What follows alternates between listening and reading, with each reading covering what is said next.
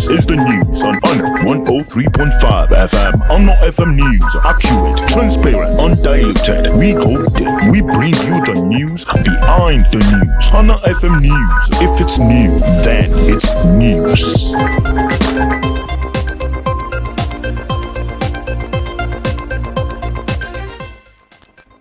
Good afternoon. Welcome to the World News at Noon on Honor 103.5 FM. On the national news this afternoon, federal government gives green light for Nuts Force Oil project. On the African news, Kenyan former Justice Minister Martha deported from Tanzania. On the foreign scene, Israel ends 10-week Gaza blockade. In business, Naira posts mixed performance amid oil price rebound. In entertainment, Davido pens emotional tribute to manager Asika on wedding day. And finally, on the sport news, Nigeria wins bronze medal at Under-20 African Cup of Nations tournament.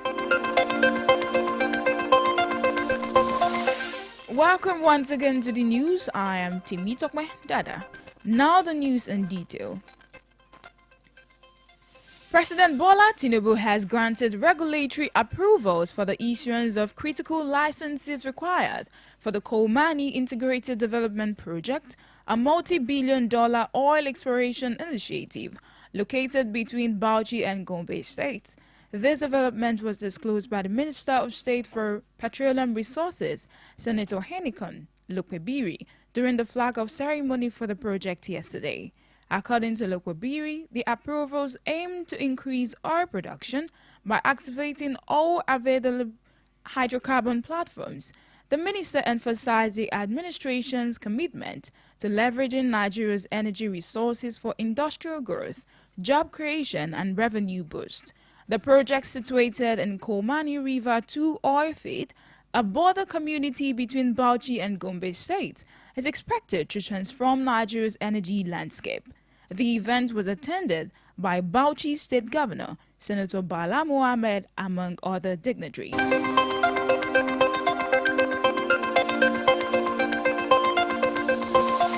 Still on the national news, the Nigerian People's Party has apologized to President Tinubu and the All Progressives Congress over recent verbal attacks by the party's 2023 presidential candidate, Senator Rabiu Kwankwaso. The party warned Kwankwaso against further using its platform to attack Tinubu and the APC.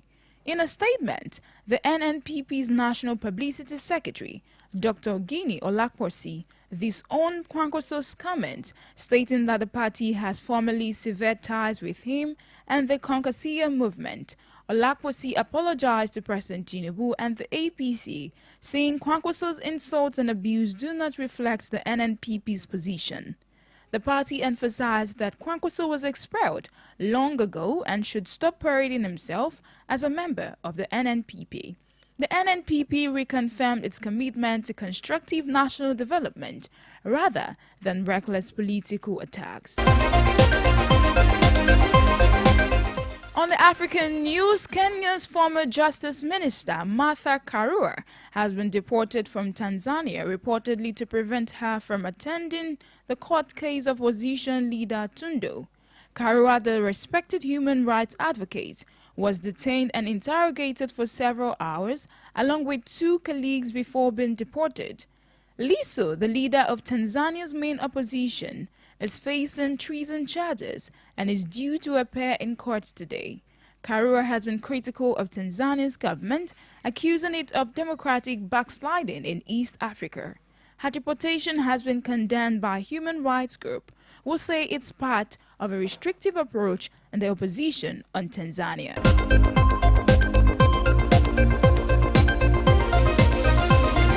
And on the foreign scene, former U.S. President Joe Biden has been diagnosed with an aggressive form of prostate cancer that has spread to his bones, his office announced yesterday. The 82-year-old was diagnosed on Friday after experiencing urinary symptoms, which led doctors to discover a prostate nodule. Biden and his family are reviewing treatment options, with his office stating that the cancer is hormone sensitive, making it manageable. The former president has received support from both sides of the aisle, with President Donald Trump and former Vice President Kamala Harris offering well wishes. Barack Obama, who served as president with Biden as his deputy, praised Biden's efforts in cancer research and expressed confidence in his ability to fight the challenges.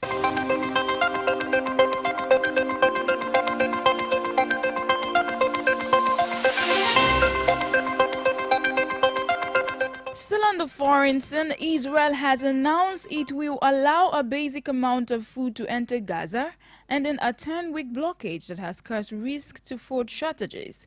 The move comes as Israel's military launched extensive ground operations throughout Gaza, with airstrikes hitting several areas, including a hospital in northern Gaza. At least 67 people have been killed and 361 injured in Gaza in the last 24 hours. The blockade has prevented food, fuel, and medicines from entering Gaza, prompting aid agencies to warn of a humanitarian crisis. French Foreign Minister Jean Noël called on Israel to allow the immediate, massive, and unhampered resumption of aid to Gaza. Israel's decision to allow some food into Gaza comes amid international pressure to ease the blockade.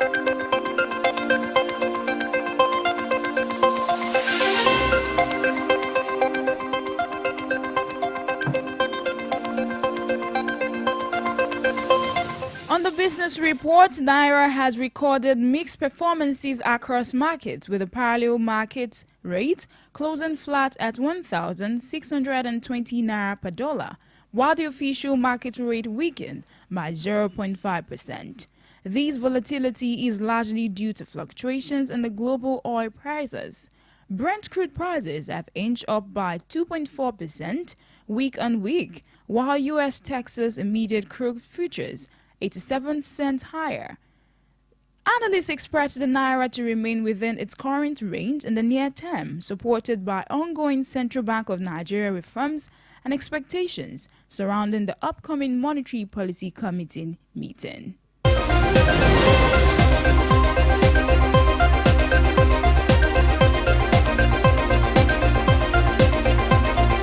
On the entertainment report this afternoon, award-winning singer Davido has written a heartfelt message to his longtime friend and manager, Asa Seeker, on his wedding day.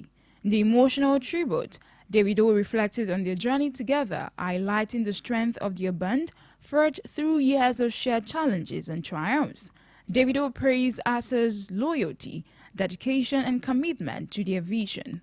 He also acknowledged the positive influence of Asa's new wife, noting that she has brought him to be a more tender man. Davido expressed gratitude to Leona for loving Asa genuinely. Asa Asika has been instrumental in Davido's music career, serving as his manager for over a decade. Their partnership has yielded numerous successes, including hit songs, awards, and international recognition. And finally, in sports this afternoon, Nigeria's Flying Eagles have clinched the bronze medal at the Under-20 African Cup of Nations, defeating Egypt 4-3 in a penalty shootout. The match, played at the 30th June Stadium in Cairo, ended 1-1 after regulation time. This is Nigeria's fourth Under-20 African bronze medal. The Flying Eagles took the lead in the second half through substitute Bidemi. However, Egypt equalized, sending the match to a penalty shootout. In the tournament's final match, South Africa won their maiden Under-20 African title. The Flying Eagles' bronze medal win also secured them a spot in this year's FIFA Under-20 World Cup finals in Chile.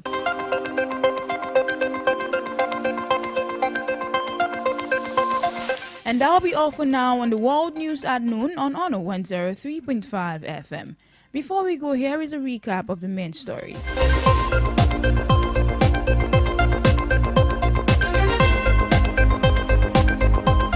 On the national news this afternoon, we informed you that NNPP has apologized to President Tinubu and APC over Kwankwaso's attacks. On the African news, Kenyan former Minister of Justice Martha Karua has been deported from Tanzania amid opposition leaders' trial. On the foreign scene, former United States President Joe Biden has been diagnosed with aggressive prostate cancer. In business, Naira poses mixed performance amid oil price rebound. And finally, on the sport news, Nigeria has won bronze medal at the Under-20 African Cup of Nations tournament.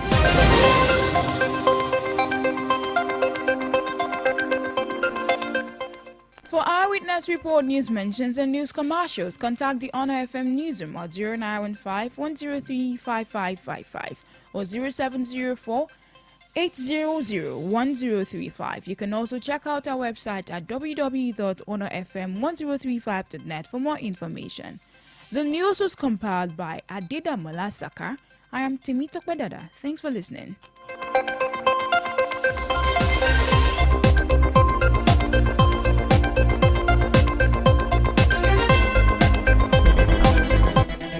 And that was the news on Honor 103.5.